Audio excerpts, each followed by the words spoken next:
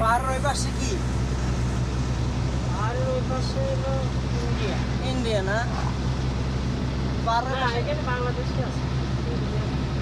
পাহাড়টা তো বাংলাদেশের ভিতরে বসে নাকি? এক কথায় পাহাড়ের উপর থেকে ইন্ডিয়ার বর্ডার দেখা যায়, এটাই নাকি?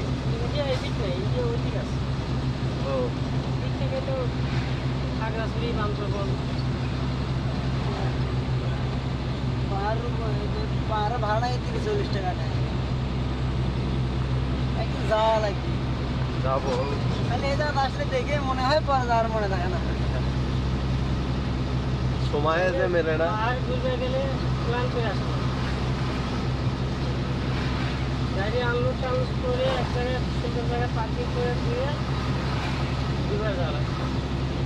এরা যে আনলোড করে আল্লাহ দিলে দরকার পড়ে সেদিন তো আমরাও করে দেবো আঙুর হ্যাঁ।